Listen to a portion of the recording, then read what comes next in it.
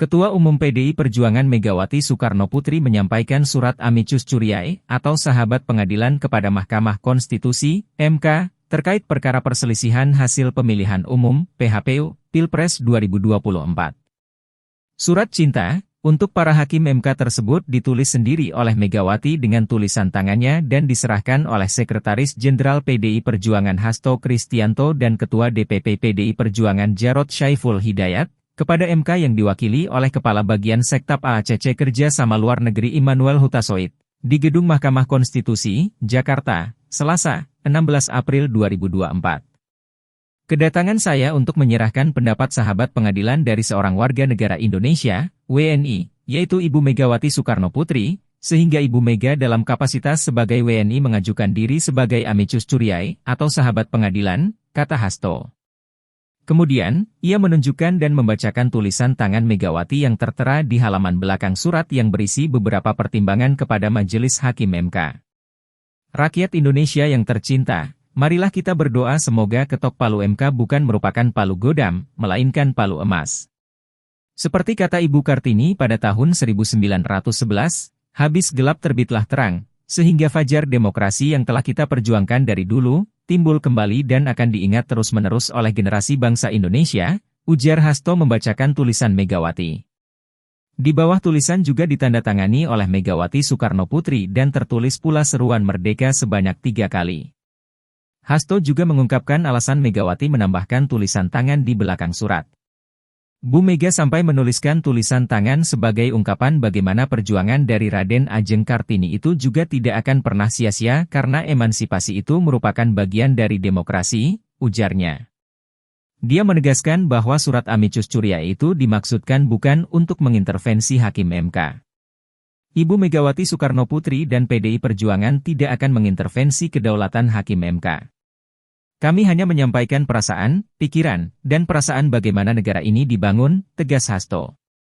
Ia mengatakan, di dalam surat, Megawati menyampaikan mengenai pemikirannya soal bagaimana MK didirikan sebagai benteng konstitusi dan benteng demokrasi. Bahkan tempatnya pun dipilihkan di ring 1 istana sebagai lambang bahwa Mahkamah Konstitusi ini sangat berwibawa dan berkredibel, sehingga mengapa persyaratannya harus memiliki sikap-sikap kenegarawanan, ujarnya. Politisi asal di Yogyakarta itu mengatakan baik Megawati maupun pihaknya, menghormati seluruh independensi dan kedaulatan Hakim MK yang akan mengumumkan putusan perkara tersebut pada 22 April 2024. Hanya saja kami berharap agar keputusan perkara PHPU diambil dengan hati nurani sebagai bagian dari mitigasi krisis politik. Sebagai benteng demokrasi dan konstitusi, keputusan itu harus diambil berdasarkan suatu keadilan yang hakiki, kata dia. Ia juga menegaskan bahwa Megawati menyampaikan surat amicus curiae dengan statusnya sebagai warga negara Indonesia. Ibu Mega menempatkan bersama-sama dengan rakyat. Karena itulah, apa yang beliau suarakan adalah suara kebenaran. Tidak ada kaitannya dengan bagian dari perkara PHPU Pilpres, pungkasnya. Sementara itu, selaku perwakilan MK, Immanuel Hutasoit pun menerima surat tersebut dan mengatakan akan menyampaikannya kepada Ketua MK Soehartoyo pada Selasa siang. Terima kasih, Pak. Kami mewakili Biro Humas dan Protokol, kami terima surat dari Ibu Megawati Soekarnoputri yang diwakilkan langsung oleh Pak Hasto dan kami akan pastikan surat ini akan diterima langsung oleh Bapak Ketua MK siang hari ini juga, kata Immanuel.